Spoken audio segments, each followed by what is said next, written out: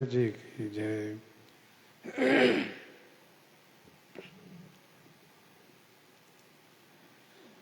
गोस्वामी जी महाराज पूर्व प्रसंग में संतों की वंदना किए।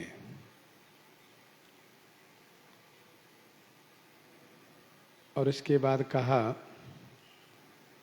कि जो संत समाज हैं वह आनंद मंगल के रूप तीर्थराज प्रयाग हैं।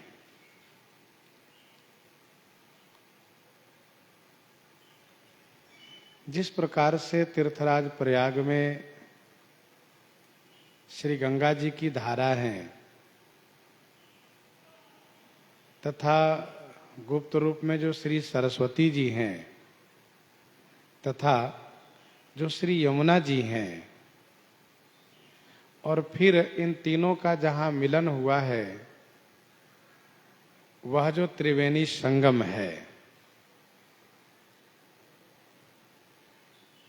अक्षय वट है, अन्य अन्य और भी तीर्थ स्थल है। यहाँ संत समाज रूपी प्रयाग में श्री राम भक्ति ही श्री गंगा जी हैं, ब्रह्म विचार का प्रचार ही श्री सरस्वती जी हैं तथा जो विधि निषेध से युक्त विधि निषेधमय कलिमल हरणी, कली के पाप को हरने वाली जो कर्मकांड की कथा है, यही रवि नंदनी श्री यमुना जी हैं।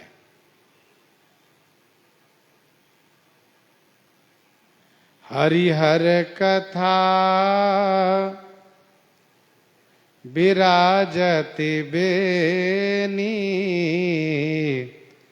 सुनत सकल मुद मंगल देनी। हरिहर कथा विराजति बेनी।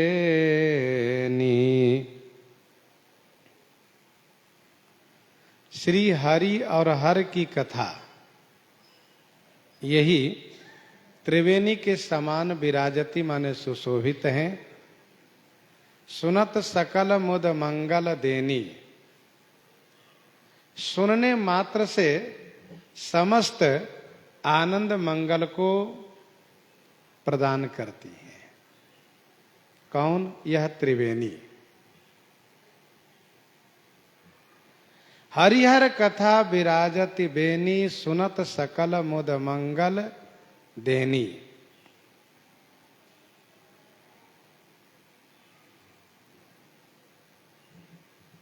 श्री हरि और हर की कथा, यूं कहें कि भगवान और भक्त की कथा, यही त्रिवेणी संगम है। सुनने मात्र से समस्त आनंद मंगल प्रदान करती है। यह संत समाज रूपी प्रयाग की महिमा है कि श्रवण मात्र से आनंद मंगल की प्राप्ति होती है। बट विश्वास अचल निज धर्मा, बट विश्वास अचल निज धर्मा, तीरथ राज समाज सुकर्मा। बट विश्वास अचल निज धर्मा,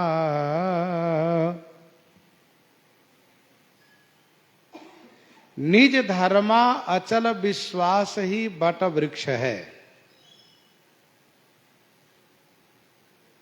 तथा सुकर्मा माने शुभ कर्म यही तीर्थराज का समाज है। बट विश्वास अचल निज धर्मा, अपने धर्म में अचल विश्वास प्राप्त हो जाना, यह है अक्षय वट। ध्यान दीजिएगा, अपने धर्म के प्रति विश्वास तो होना ही चाहिए।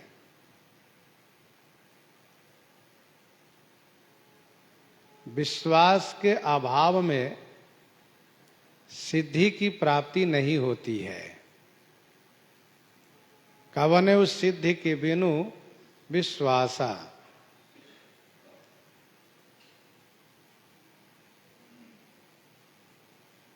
अपने धर्म के प्रति यदि विश्वास नहीं है तो वह धर्म उनको कल्याण नहीं कर सकता है। तो तीर्थराज प्रयाग में जो अक्षय वट है, यथा नाम तथा उनमें गुण भी है। उसका नाम है अक्षय वट। कभी वह क्षय को प्राप्त नहीं होता है, कभी वह नष्ट नहीं होता है।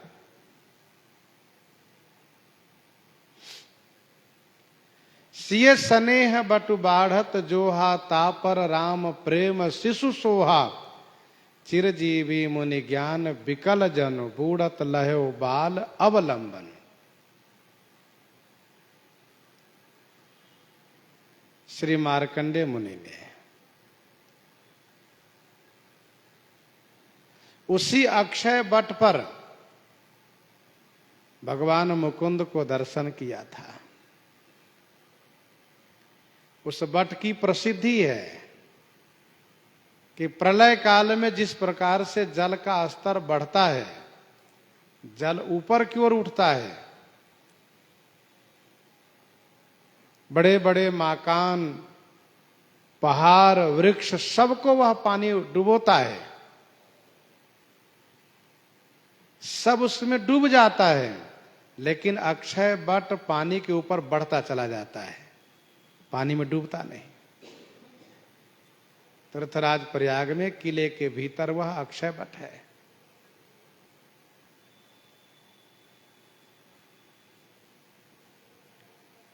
तो वह हमेशा बना रहता है। वैसे ही संत समाज में अपने धर्म पर अचल विश्वास रहता है और वह विश्वास कभी डिगता नहीं, कभी खत्म नहीं होता। विश्वास कभी कमजोर नहीं होना चाहिए, विश्वास कभी टूटना नहीं चाहिए।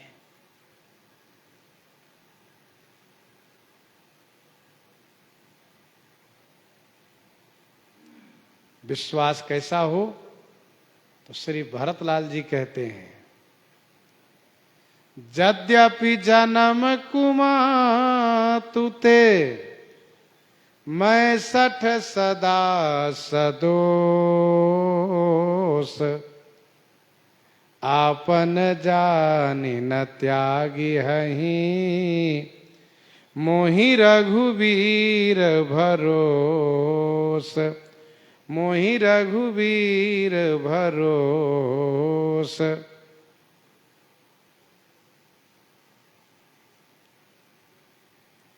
ये भरोसा हो, विश्वास हो। कोटि विघ्न ते संत कर, मन जिम नीति न त्याग। जिस प्रकार से प्रलय काल में तमाम विघ्न बाधाओं को सामना करते हुए अक्षय वट बना रहता है, वैसे ही संत समाज में अपना धर्म तमाम विघ्न आने के बाद भी बना रहता है। तो विश्वास अवश्य होना चाहिए, क्योंकि बिनु विश्वास भगति नहीं। बिनु विश्वास भगति नहीं, तेहि बिनु द्रवहि न राम। राम कृपा बिनु सपन हो, जीवन लह विश्राम।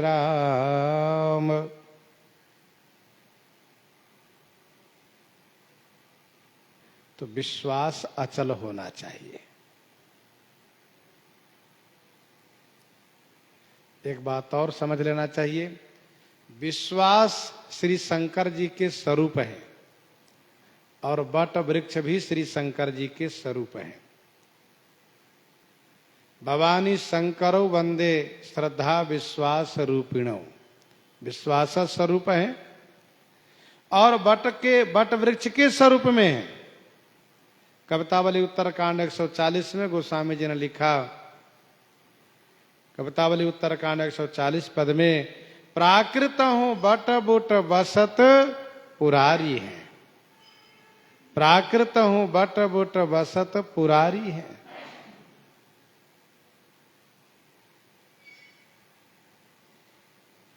विश्वास होना चाहिए।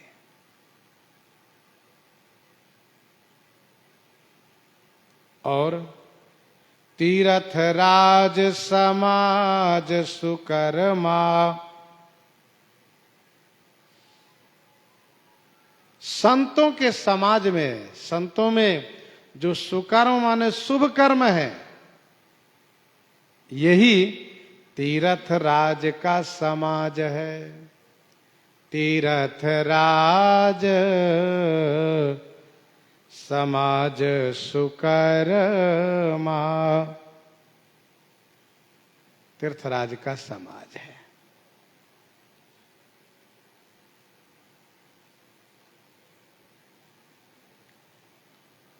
सुकर्म क्या है? तो शुभ कर्म, सदाचार का पालन करना, धर्माचरण को पालन करना, ये सुकर्मा है।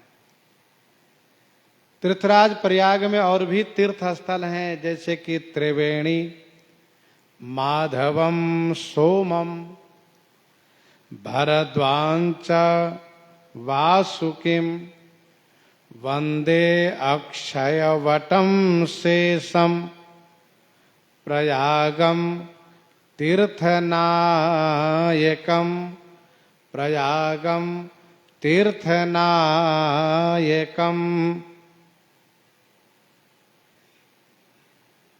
त्रिवेणी, वेणी माधव, सोमेश्वर महादेव, श्री भरद्वाज आश्रम, बासुकीनाग, अक्षयवट, ये प्रमुख तीर्थ स्थल है। शेषनाग की बात कही गई है। तो तीर्थ राज समाज सुकर्मा, सब ही सुलभ सब दिन सब देसा, सब ही सुलभ सब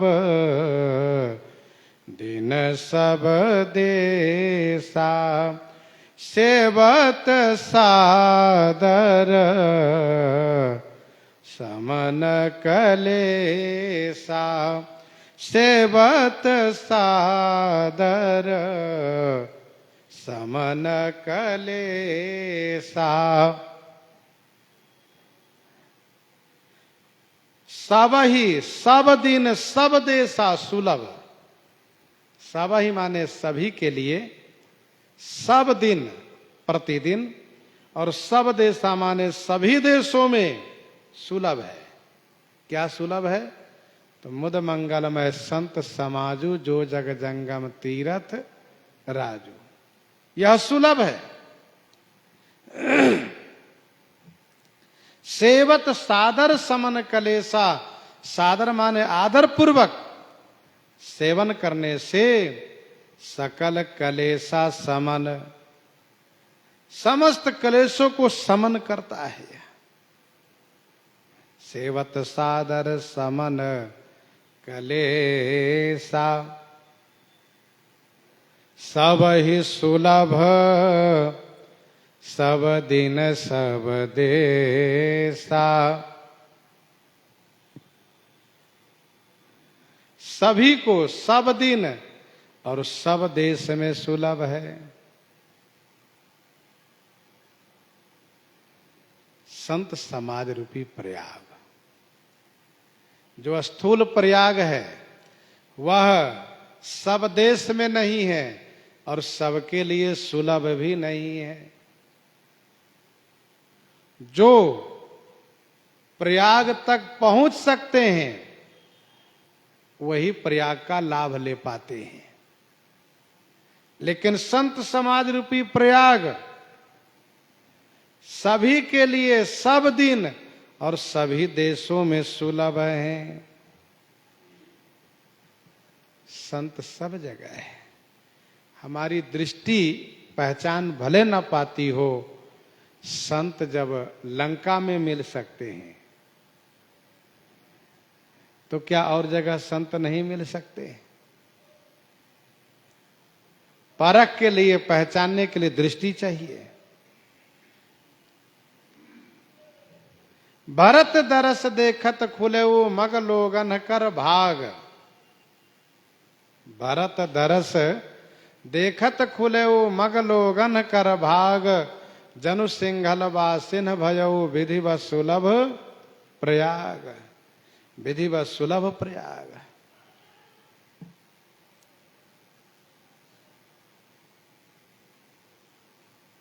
सब ही सुलभ सब दिन सब देशा। सेवत सादर। आदर पूर्वक सेवन करना चाहिए।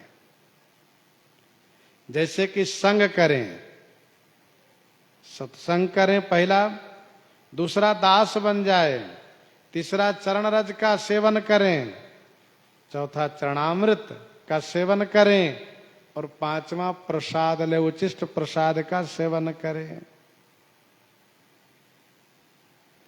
आदर पूर्वक सेवन करना चाहिए। सेवत सादर। सादर मज्जन पान किए ते। सादर मज्जन पान किए ते मिटहि पाप परिताप हिए ते।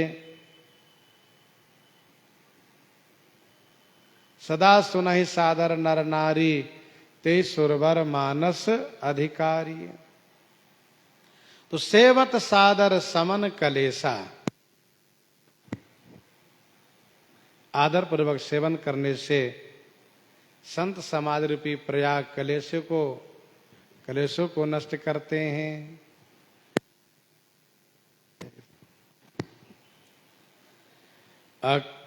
सेवत सादर समन कलेसा।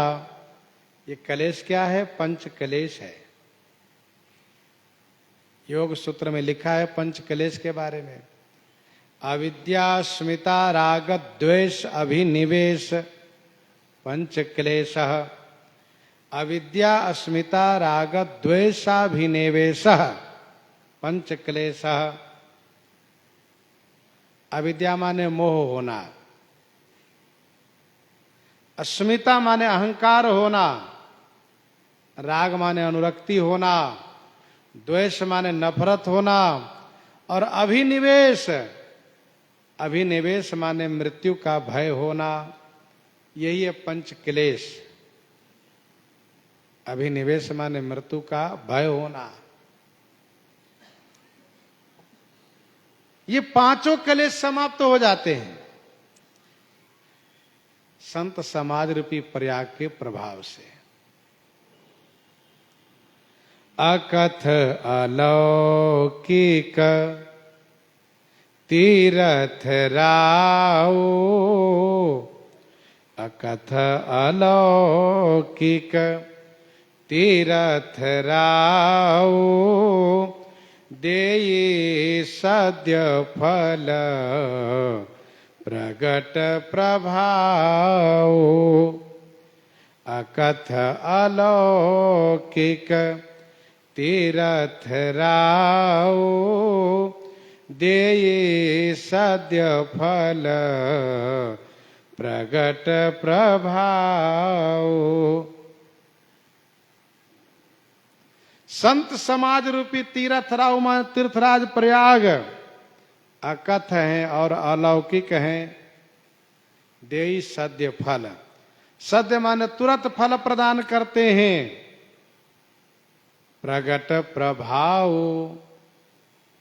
संत समाज रूपी प्रयाग का प्रभाव प्रगट है अर्थात प्रत्यक्ष है।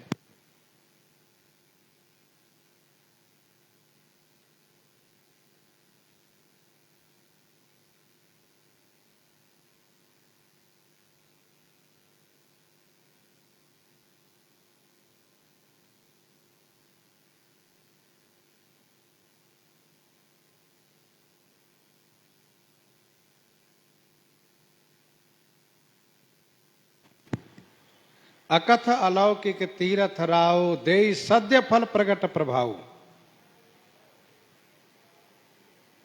संत समाज रूपी जो प्रयाग है यह अलौकिक है, दिव्य है और इनकी महिमा अकथनीय है।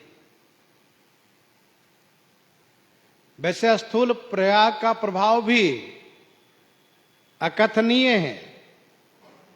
को कही सकई प्रयाग प्रभाव, कलुष पुंज कुंजर मृग राव।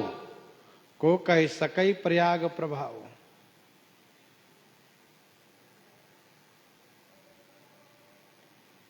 परंतु संत समाज रूपी जो प्रयाग है इनकी महिमा कोई नहीं कह सकते।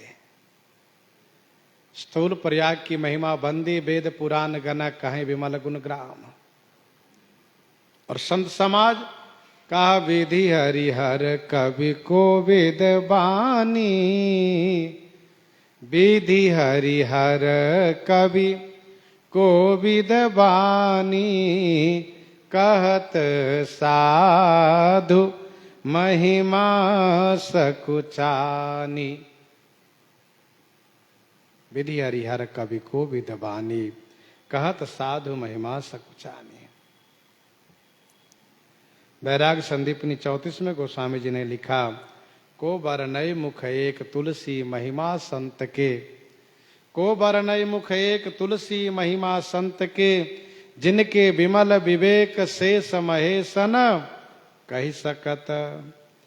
क्योंकि जे विरंच निरलेप उपाये। जे विरंच निरलेप उपाये। पदुम पत्र जिमि जग जल जाए।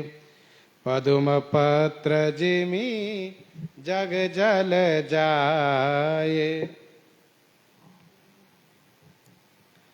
तो अकथ अलौकिक तीरथ राव देई सद्य फल प्रगट प्रभाव।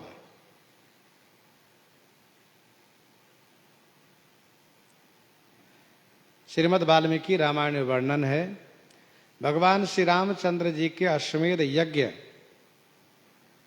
में सुबाहु राजा को, जिसने घोड़े को पकड़ लिया था, सुबाहु राजा को श्री हनुमान जी ने जब मारा तो वह संतों की महिमा गायन करना शुरू कर दिया। जैसे कि मानस जी में वर्णन है, श्री हनुमान जी के प्रहार करने पर लंकनी ने संतों की महिमा गायन किया है। सुबाहु ने कहा, मेरे भाग्य उदय हुए जो आपके दर्शन हुए, क्योंकि आज मैं ब्रह्म श्राप से मुक्त हो गया हूं। तो संत समाज प्रयाग की बड़ी महिमा है। देई सद्य फल प्रगट प्रभाव। जिस प्रकार से स्थूल प्रयाग में चारि पदार्थ भरा भंडारु, वैसे ही संत समाज प्रयाग भी तुरंत फल प्रदान करते हैं। अच्छा, स्थूल प्रयाग मुक्ति देंगे मृत्युपरांत, लेकिन संत समाज रूपी प्रयाग जीवन रहते हुए मुक्ति देते हैं, जिंदा रहते हुए मुक्ति देते हैं, अर्थात जीवन मुक्त बना देते हैं। सद्य माने शीघ्र। सुनि समुझहि जन मुदित मन। सुनि समुझहि जन मुदित मन। मज्जहि अति अनुराग। लहि चारि फल अछत तनु, साधु समाज प्रयाग। साधु समाज प्रयाग। सुनि समुझहि जन मुदित मन, मज्जहि अति अनुराग। जन मुदित मन, साधु समाज प्रयाग की महिमा सुनी माने सुनते हैं, समुझहि माने समझते हैं, और अति अनुराग के साथ मज्जहि माने उसमें अवगाहन करते हैं। तो तन अछत, शरीर रहते ही चारि फल लहहि, चारों फल को प्राप्त कर लेते हैं। सुनि समुझहि जन मुदित मन, मज्जहि अति अनुराग। उपरोक्त जो साधु समाज प्रयाग की महिमा वर्णित है, साधु समाज को प्रयाग गोस्वामी जी ने कहा है। इस प्रयाग को सुन करके, समझ करके और अति अनुराग के साथ जो स्नान करते हैं। सुनी यह दरस है, समुझहि यह परस है, और मज्जहि अति अनुराग, मज्जन है, स्नान है।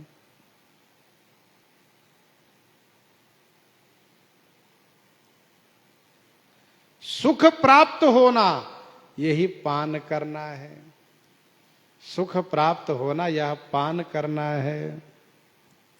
सुनि समुझहि जन मुदित मन, मज्जहि अति अनुराग।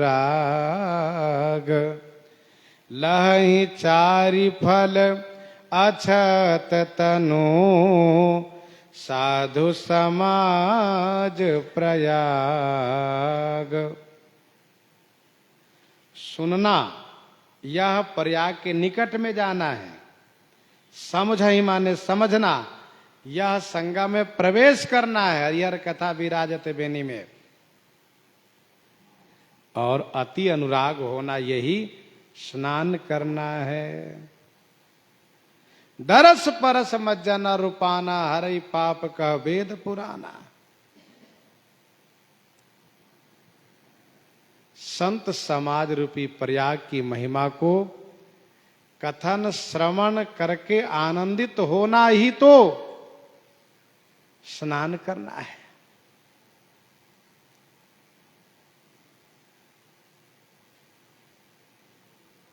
कहत सुनत हर सहि पुलकाहि, कहत सुनत हर सहि पुलकाहि, ते सुकृति मन मुदित नहाहि। लहि चारि फल अछत तनु, साधु समाज प्रयाग। तीर्थराज प्रयाग में, काशी जी में एक विधि बताई गई है। काशी विधिवस तन तजे, हठितन तजे प्रयाग। दुआवली 14 में गोस्वामी जी ने लिखा, हठितन तजई प्रयाग, फल मिलता है। लेकिन संत समाज रूपी प्रयाग में सुनि समझहि जन मुदित मना, मज्जहि अति अनुराग। संतों के महिमा को सुनते हैं, समझते हैं और अति अनुराग को प्राप्त कर लेते हैं। तो स्नान करना है और फिर शरीर रहते ही चारों फल प्राप्त कर लेता है वह। मज्जन फल पेखिय तत्काला, का कहोहि पिक बकहु मराला। मज्जन फल पेखिय तत्काला, का कहोहि पिक बकहु मराला। मज्जन फल पेखी तत्काला। मज्जन फल माने स्नान का फल, तत्काला पेखिए तत्काल में देखो। का कहो ही पिक बकहु मराला। कौआ कोयल हो जा रहा है, और बकहु माने बगुला, मराला माने हंस हो जा रहा है। मज्जन फल पेखिए तत्काला, का कहो ही पिक बकहु मराला।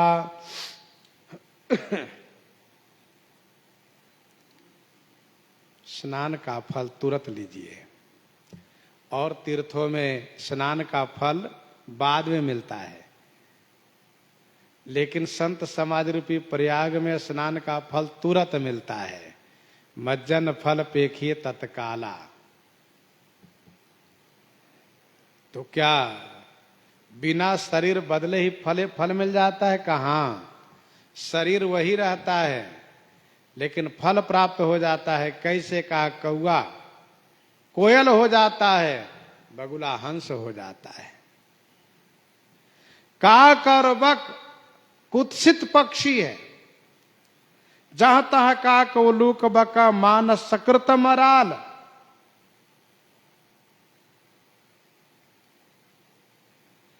वैसे काक में और कोयल में बहुत अंतर नहीं है।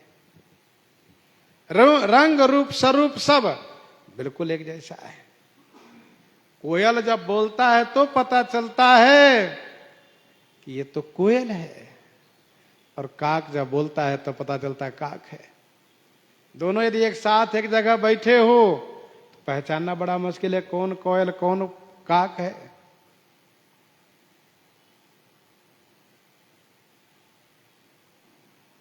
परंतु कोयल सबके प्रिय है, काक किसी को अच्छे नहीं लगते।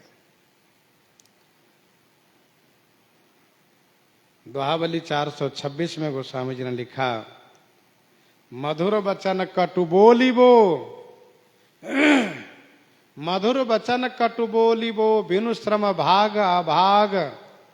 मधुर वचन कटु बोलिबो, बिनु श्रम भाग अभाग। कुहू कुहू कलकंठ रव, का कररत काग। मीठे बोलने में और कड़वे बोलने में कितना अंतर है, गोस्वामी जी ने दिखाया। मधुर वचन कटु बोलिबो, बिनु श्रम भाग अभाग। बिना परिश्रम के भाग्य बनाया जाता, दुर्भाग्य को बुलाया जाता है। कैसे? मधुर बोलने पर भाग्य का उदय होता है, कठोर बोलने पर जो भाग्य उदय हो भी भाग जाता है। का कहो ही पिक बकहु मराला।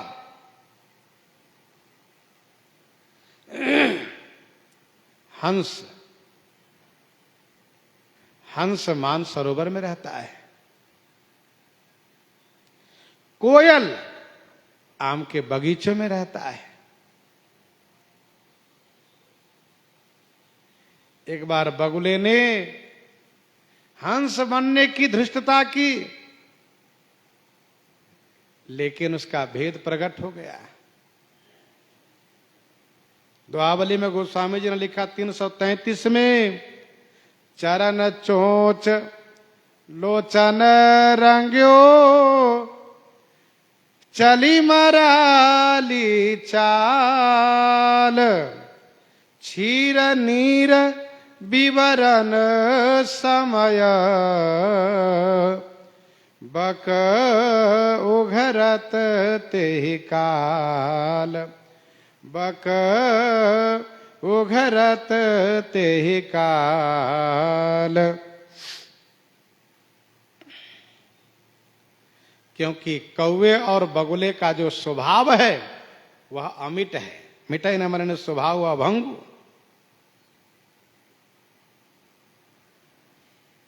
लेकिन काक कोयल हो जाता है, बगुला हंस बन जाता है। मानसकार कहते हैं, सुनिया चरज करई जन कोई, सत संगति मही मानहि गोई, सतसंगति महिमा नहीं गोई।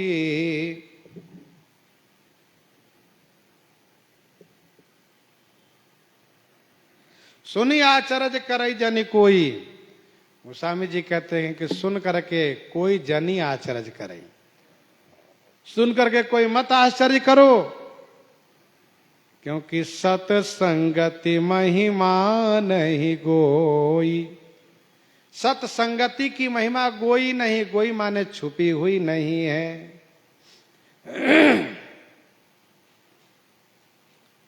सुनी आचरज करई जनि कोई, सतसंगति महिमा नहीं गोई। प्राप्तौ सत्या निषेधः, स्पष्ट यह सूत्र है। सुन करके कोई आश्चर्य मत करो, अविश्वास मत करो, क्योंकि सत्संगति की महिमा छुपी हुई नहीं है, अर्थात प्रकट है, प्रत्यक्ष है। कैसे? तो कहा वाल्मीकि नारद घट जोनी, निज निज मुखनी कही निज होनी, निज निज मुखनी कही निज होनी। वाल्मीकि नारद घट जोनी, निज निज मुखनि कही निज होनी। श्री वाल्मीकि जी, देवर्षि नारद जी, घट जोनी से श्री अगस्त जी, इन तीनों महापुरुषों ने निज निज मुखनि निज होनी कही, अपने अपने मुख से अपनी आप बीती, अपनी होनी की बात कही है। वाल्मीकि नारद घट जोनी, निज निज मुखनि कही निज होनी। श्री वाल्मीकि जी कौवे से कोयल हो गए हैं। कुजंतम राम रामेति मधुरम मधुराक्षरम, आरुह्या कविताम शाखा, वंदे वाल्मीकि कोकिलम। कोयल हो गए श्री वाल्मीकि जी। तो श्री वाल्मीकि जी ने अपनी आप बीती कही है, देवर्षि नारद जी ने कही है, श्री अगस्त जी ने कही है, सबने अपनी आप बीती कही है।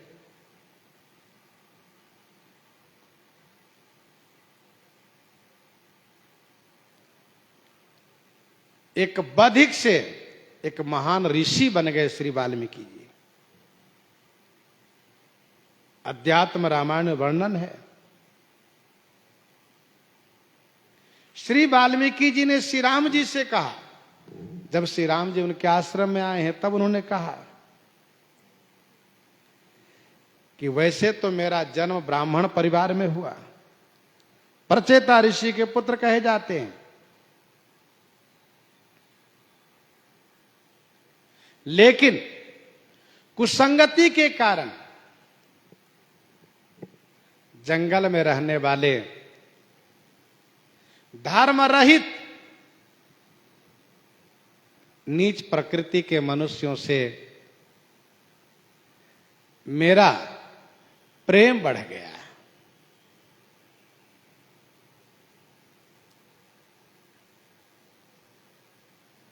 और वहीं मेरा विवाह हुआ, परिवार बढ़ा, और मैं उन लोगों की संगति में एक हत्यारा बन गया, बधिक, लूटने वाला लुटेरा बन गया।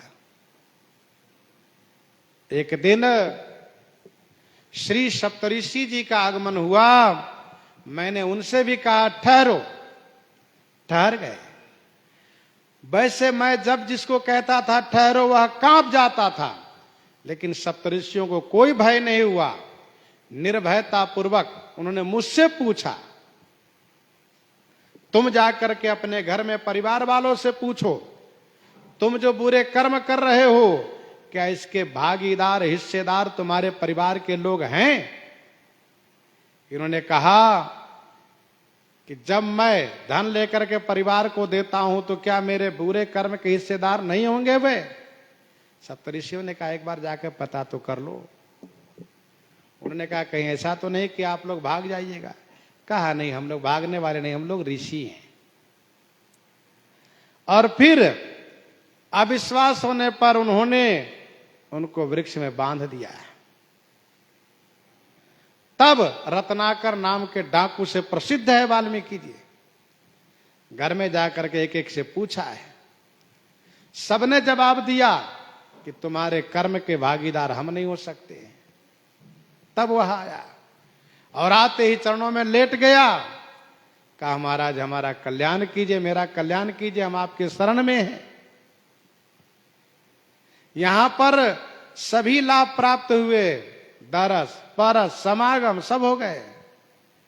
और गोस्वामी जी ने लिखा है कि जेहि दरस परस समागम आदिक पाप राशि नसाइए, विनय पत्रिका 136 पद में।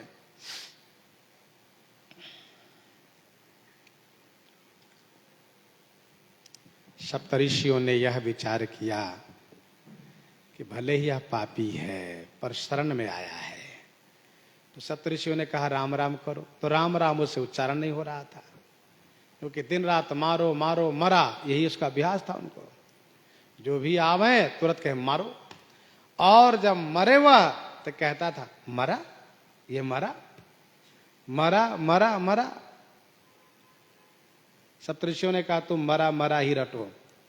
गोस्वामी जी ने लिखा उलटा नाम जपत जग जाना, वाल्मीकि भय ब्रह्म समाना।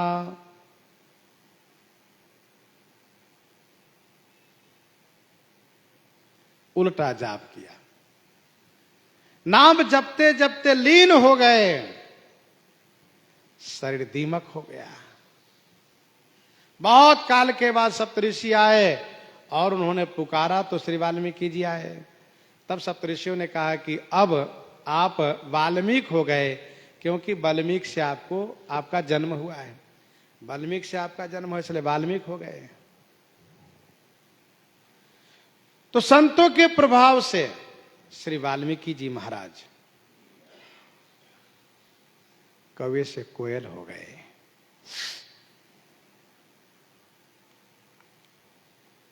देवर्षि नारद जी, देवर्षि नारद जी के बारे में वर्णन है, पुराणों में कथा वर्णन है। ब्रह्म वैवर्त पुराण में लिखा है इनका प्रथम जन्म ब्रह्मा जी के गोद में हुआ। ब्रह्मा जी ने इनसे कहा सृष्टि का विस्तार करो, तो सांसारिक प्रपंच में दोष दिखाते हुए भजन भक्ति करने का निश्चय सुनाया। तो ब्रह्मा जी नाराज हो गए और कहा तुम ज्ञान की बात कर रहे हो, मैं श्राप देता हूं, तुम्हारा जन्म गंधर्व के रूप में होगा और तब तुम 50 पत्नियों के पति बनोगे। आगे चल करके मेरे श्राप से तुम गंधर्व शरीर से मुक्त होकर के दासी पुत्र बनोगे, तब तुम्हारा कल्याण होगा। अब जाओ कुछ दिन भटको।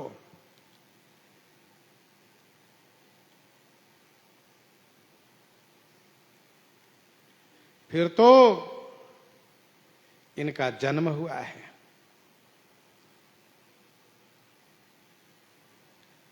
जब ये उपबराहन नाम के गंधर्व हुए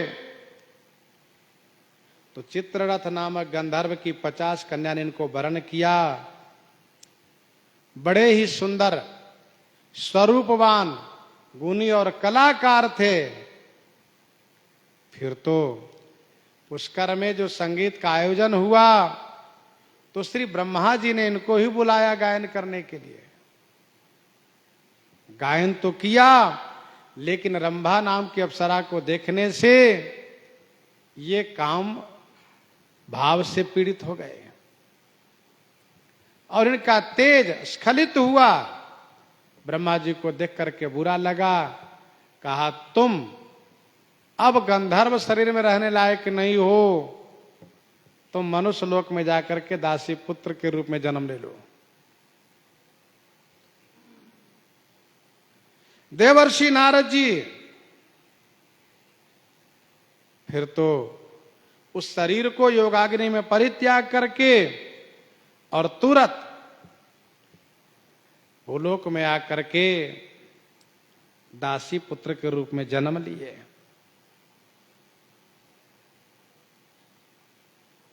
दासी पुत्र हो गए। द्रुमिल गोप के घर में कलावती के गर्भ से इनका जन्म हुआ। दासी इसलिए कहा क्योंकि उनके पति के स्वर्गवास होने पर वह एक ब्राह्मण के घर में दासी पना कर रही थी, और जहां दासी पना कर रही थी वहीं पर संतों की जमात आई। दासी और ये बालक दोनों संतों की सेवा में लग गए। संतों के उचिष्ट प्रसाद पाते गए, इनके सारे पाप नष्ट हो गए। संत लोग जाने लगे तो बालक ने कहा मुझे भी साथ में रखिए। संतों ने कहा तुम्हारे पिताजी नहीं है, माताजी अकेली हैं, इसलिए तुम उनकी सेवा करो। उनके स्वर्गवास होने पर तुम भजन करना है। भजन की विधि बता करके संत लोग प्रस्थान किए। कुछ वर्ष के बाद दासी को सर्प ने काटा जिससे उनकी मृत्यु हो गई। फिर भगवान की ऐसी व्यवस्था जान करके, ऐसी कृपा जान करके, अनुग्रह जान करके उनको संस्कार करके और वन की ओर प्रस्थान किए। उत्तर दिशा में वन में प्रस्थान किए। चलते चलते एक जलाशय में स्नान किए और फिर पीपल वृक्ष के नीचे जब बैठ करके ध्यान किए, उसी प्रकार से जिस प्रकार से संतों ने कहा था, ठाकुर जी की छवि दिखाई पड़ी। ठाकुर जी दिखाई दिए, हृदय प्रफुल्लित हो उठा। लेकिन दूसरे क्षण भगवान अंतर ध्यान हो गए तो बड़े व्याकुल हुए, बहुत परेशान हुए। आकाशवाणी ने कहा कि तुम्हारे विश्वास को, निष्ठा को मजबूत करने के लिए यह दर्शन दिया गया है। अब तुम साधना करो, भजन करो, भक्ति करो, अगले जन्म में भगवान मिलेंगे। तो दासी पुत्र के बाद जब पुनः अगला इनका जन्म हुआ है तो फिर ब्रह्मा जी के द्वारा इनका जन्म हुआ, ब्रह्मा पुत्र कहलाए, और फिर भगवान के विशेष भक्त हुए। ऐसे देवर्षि नारद जी। श्री वाल्मीकि जी ने श्री राम जी से अपनी कथा कही है। देवर्षि नारद जी ने भगवान वेदव्यास जी से अपनी कथा कही है। उस वक्त जब भगवान वेदव्यास जी महाभारत, 17 पुराण जैसे दिव्य ग्रंथों का निर्माण करने के बाद भी बड़े असंतोष के साथ बैठे हुए, चिंतित है, उसी समय देवर्षि नारद जी ने आकर इनको समझाया है और अपनी कथा भी उनसे कही है। घटजोनी श्री अगस्त जी। घटजोनी श्री अगस्त जी।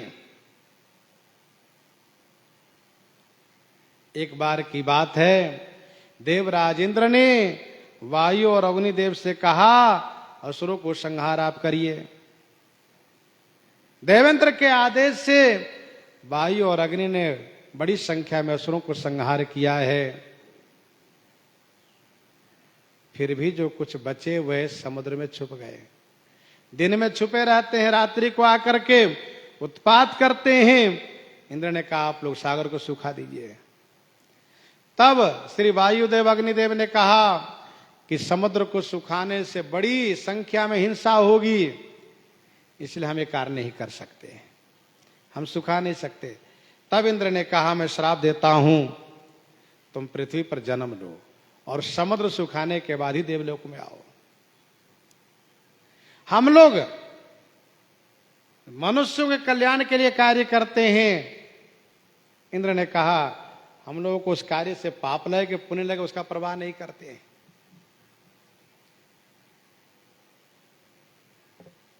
जब इंद्र का श्राप लागू हुआ तो वही वायु अग्निदेव जन्म लिए और बड़े विचित्र ढंग से जन्म लिए।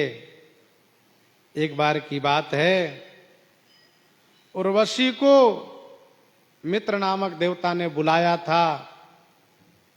उर्वशी जा रही थी तो वरुण नाम के देवता ने जब उनको देखा जाते हुए तो बुलाया।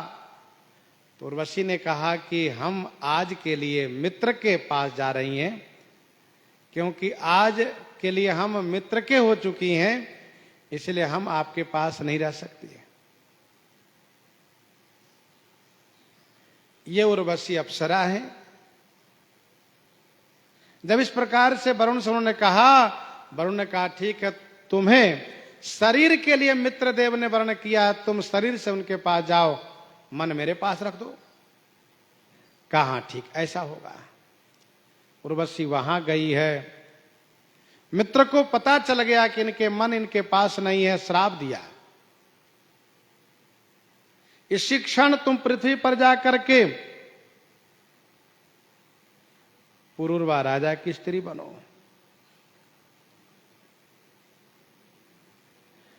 और फिर मित्र ने एक कलश में अपने तेज को स्थापित किया है, उसी कलश में वरुण का भी तेज स्थापित हुआ है। उर्वशी का मन उस कलश में स्थापित है और उसी कलश से श्री अगस्त जी का जन्म हुआ है। साथ साथ श्री वशिष्ठ जी का भी जन्म हुआ है। मिमी जी के श्राप से जब शरीर इनका छूट गया है, शरीर रहित हो गए हैं, तो ब्रह्मा जी से कहा मुझे शरीर दीजिए, क्योंकि तन बिन वेद भजन नहीं वरना। तब श्री ब्रह्मा जी ने इनको उसी घड़े में समाहित होकर के जन्म लेने के लिए कहा।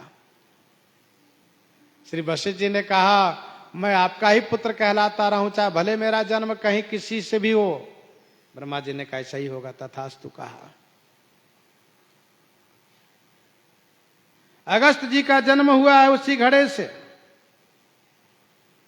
अक्षमाला चतुर्बाहु, ये सब साथ है उनके। देवताओं ने जब प्रार्थना की है तो इन्होंने कुछ समय मांगा है, मंत्र की सिद्धि की है, और फिर श्री अगस्त जी ने समुद्र को शोषण किया है। वाल्मीकि नारद घट जोनी, निज निज मुख निकहि निज होनी। अपने अपने मुख से इन तीनों ने अपनी होनी कही है। श्री वाल्मीकि जी, श्री देवर्षि नारद जी, श्री अगस्त जी किस प्रकार से संतों की कृपा से, संतों के प्रभाव से इतने बड़े हुए हैं। गोस्वामी जी महाराज प्रसंग पाकर के सत्संग की महिमा आगे वर्णन कर रहे हैं। सो प्रसंग आगे श्रवण करेंगे। यहीं पर हृदयांगम करते हुए आइए श्रवण करते हैं श्री भक्तमाल जी से।